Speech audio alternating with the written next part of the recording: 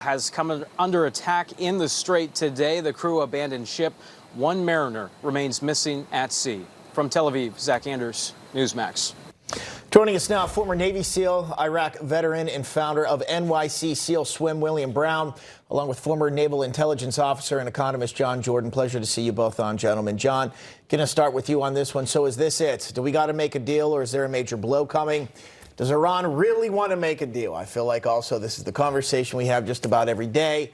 Hasn't gotten much yet from that. Yeah, I take President Trump at his word when he says it'll happen very quickly or there'll be a strike. What this really brings into specific relief is the enormous conflict and tension within the Iranian system. They have to figure this out. As happened with Shawshank Redemption, it's about time and pressure.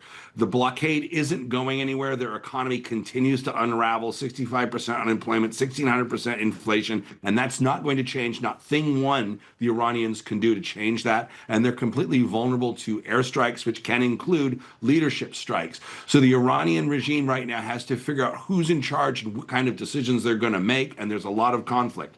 History tells us that when the leader of a country goes into a bunker and doesn't show himself, they never win. William, a lot of talk lately about weapons availability, and a new Reuters report says that the U.S. has used, quote, virtually all of the Army's surface-to-surface weapons known as Army Tactical Missile Systems and Precision Strike Missiles. The depleted stockpile, of course, raising concerns about the military's readiness for future conflicts and its ability to deter adversaries like Russia and China. That does not sound like we are in a good place, and certainly not something we want to be broadcasting, even though we're doing it right now, to our enemies. Well, I have no doubt that the Secretary of War, Pete Hegseth, is doing everything possible to ensure that our military is prepared for any engagement that we might have to unfortunately see. But here's the truth. What is this really about?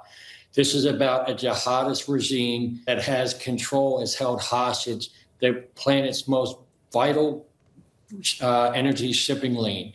We can't allow that to happen. Any civilized world leader has to realize that's a non-starter. Now, here's the truth. We can look at our ceasefire on April 7th. We can look at our memorandum of understanding in June 17th. We can look at how things are going to play out past previous patterns of behavior. Just this month, they attacked Qatari and Saudi tankers. Expect no change in IRGC. The right move is not to bend over backwards for some deal that's not going to work out. The right move is to put an end to this. How do we put an end to this? We need to attack the energy infrastructure of the IRGC. If they don't have the ability to finance war, they don't have the ability to war.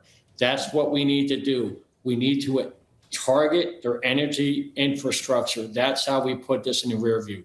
All right, we're going to have to leave it there. Excellent advice. William and John, thank you. All right, we got a live look in New York. Well, it's Luigi Mangione in court, right? The alleged killer's legal team wants his trial broadcast live, and they're challenging how the media will get into the courtroom. Details coming up. Sounds like a circus. Okay, but first, cheaper groceries. Okay, but at what cost? New York City Mayor Zoran Mamdani's plan for 5 city-run supermarkets is sparking a new firestorm, with taxpayers footing the bill and private grocery